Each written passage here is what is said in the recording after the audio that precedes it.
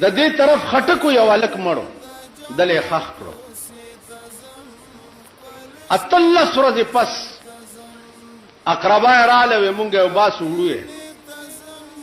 ما نه تپوس وکړو مالبه یې وړئ بس خښ دی وی چې نه قبر ته ورغله پرانیستو زم ورپسې لاړم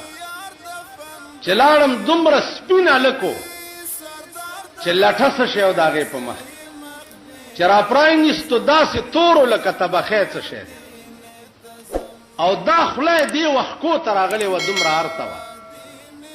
او دا سترګې بوټې راوتې وې چې په دې پوزې پرتې وي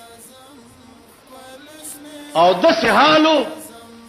چې 3 ورځې ما روټۍ نه شوه خوړی عزیزانو دا زما د لیدو خبرې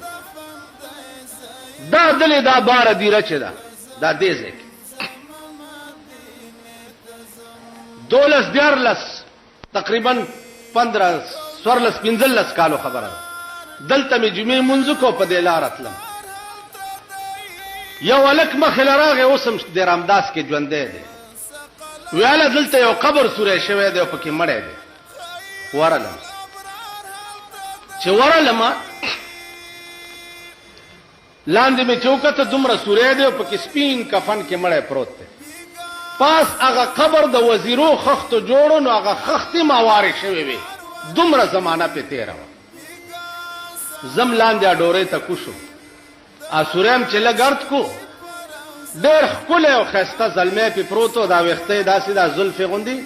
په دې غوږونو او په دې مخ را پرتې لرې نه خو مې ښه وکتو خو سودا مې دا شو